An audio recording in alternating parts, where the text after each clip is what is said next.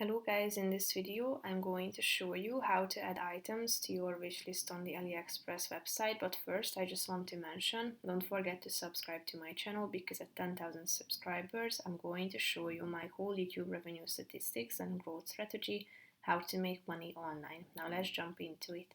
First of all, open the website and then you should go to your home page and select from these categories in the left side column of the screen. You can also use the search bar at the top to search for a product, or you can also check out these recommendations. So choose one of these options and here you can find the results. So tap on the relevant one that you would like to check out. And here you can find this heart icon next to the add to cart button, so tap on it and then it will be added to your wish list, as you can see that you can find at the top. If you tap on the wish list button, here is your item that has been added recently. So if you want to delete it, just tap on the delete button and it will be removed from the all items section.